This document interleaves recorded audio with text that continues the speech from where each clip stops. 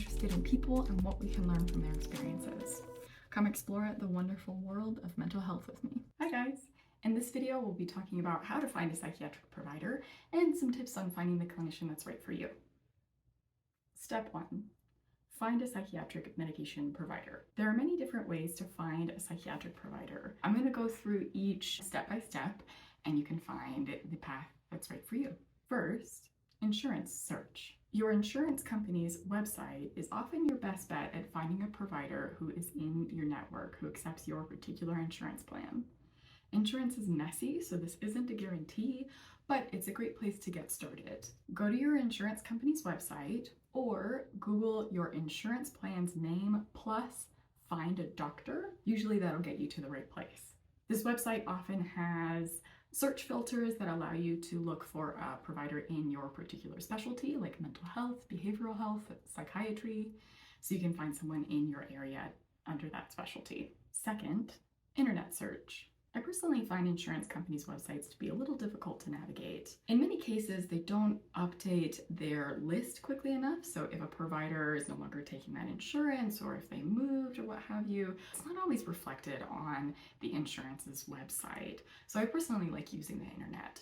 Psychologytoday.com is a great resource for finding clinicians. This website allows you to find both psychiatric medication providers like nurse practitioners or psychiatrists, as well as therapists. You can filter by insurance type, mental health issue that you're experiencing, and location. Because the profiles on this website are often updated by the providers or the clinics themselves, they're often up to date in regard to what insurance they're accepting and whether or not they're taking patients. Online networks such as Alma, Sondermind, BetterHelp, and others are available to help you find a mental health provider. Each of these companies gives you an opportunity to review a list of providers in your area and find somebody that's a good fit for you. Each system has some pros and cons, but in general, they seem to do a decent job of simplifying the process of finding a clinician and requesting that first appointment. I do encourage you, however, to read the fine print.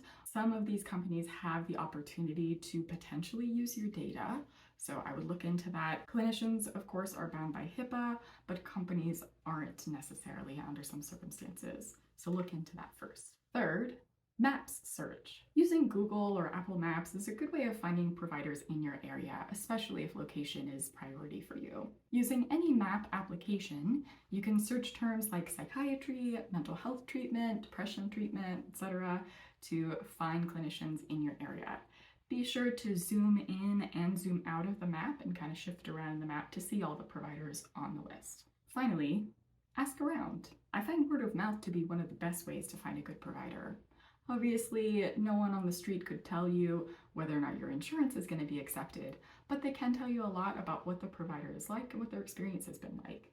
Keep in mind, every clinician is different in the same way that every client is different. Someone that may be a good fit for you may not be a good fit for someone else, and vice versa. But getting a recommendation is a great place to start. Step 2. So how do I pick?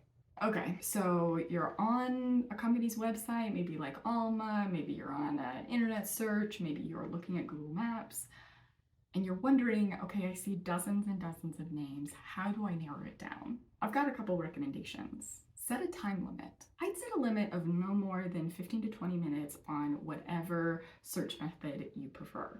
Briefly review pictures and bios and see who feels like they might be a good fit. I would personally recommend prioritizing the comfort with the person over anything else. Your comfort in session is one of the most important things. Next to that, I would recommend looking at what the clinician specializes in. You want to make sure the provider has experience in treating your particular condition or your particular symptoms. Some providers will have a very narrow focus. Maybe they say they're expert in women's mental health or OCD.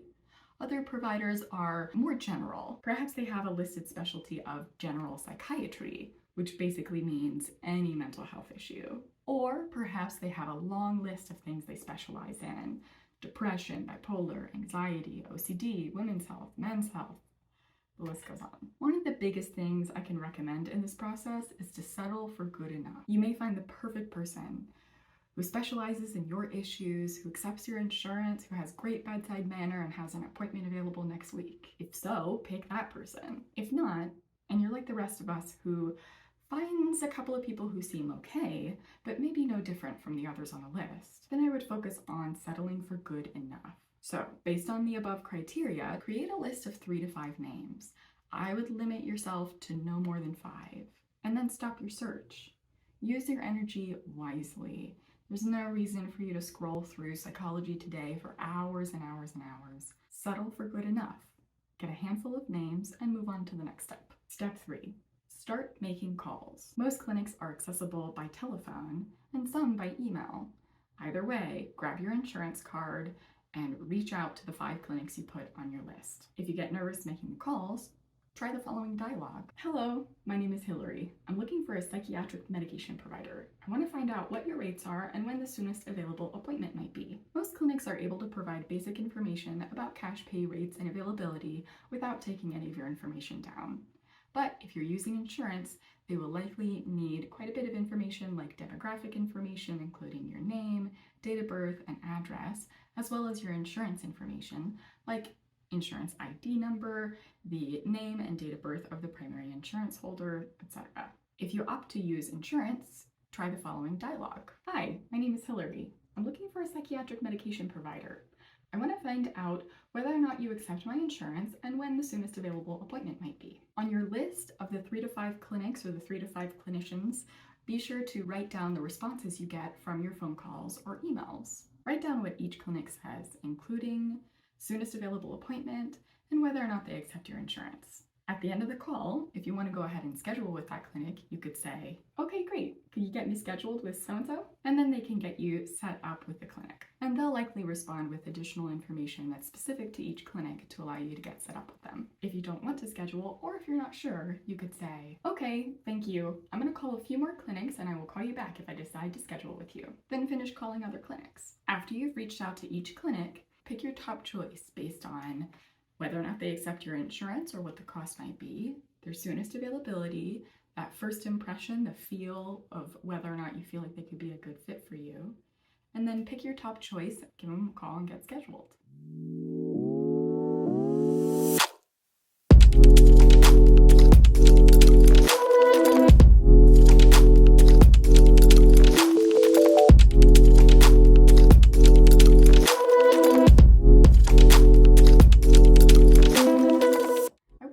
Keeping this list for the future just in case the first choice ends up not being a good fit. As a side note, it's important to remember that many clinics can be quite small or can just be a solo practitioner. When this is the case, there may not be a receptionist available to take your call. You may find yourself often having to leave messages and waiting for a call back. This is standard, but I would recommend setting a limit for yourself on how long you'd like to wait for that call back. I would say if you don't get a call back in 2 to 3 days, I would assume they're not taking patients and move on to the next person on the list. It can be really discouraging to not get that call back. When you're dealing with mental illness, when you're struggling, experiencing that rejection can be really intense. But remember, this is not your fault. The clinics are often just focused on themselves, and sometimes our egos can get hit in the crossfire. Prioritize taking care of yourself and toss away any clinic that doesn't get back with you. Psychiatric clinics are very busy. Keep in mind, it may take a couple of weeks or even up to a couple of months to get in to see a provider. If you're currently on medication, I would encourage you to stay with your current provider so you can get refills until the appointment is available with your new provider. If you no longer have access to your former medication provider but you need refills, I would encourage you to reach out to your primary care provider. Oftentimes, primary care doctors will provide psychiatric medication refills for someone until they get in to see a psychiatric specialist. But talk with your doctor to find out. So now you've got the appointment, what do you do? How do you prepare and what can you expect? Well, stay tuned for a follow-up video on what to expect in your first appointment with a psychiatric medication provider. Thanks guys, I'll see you soon.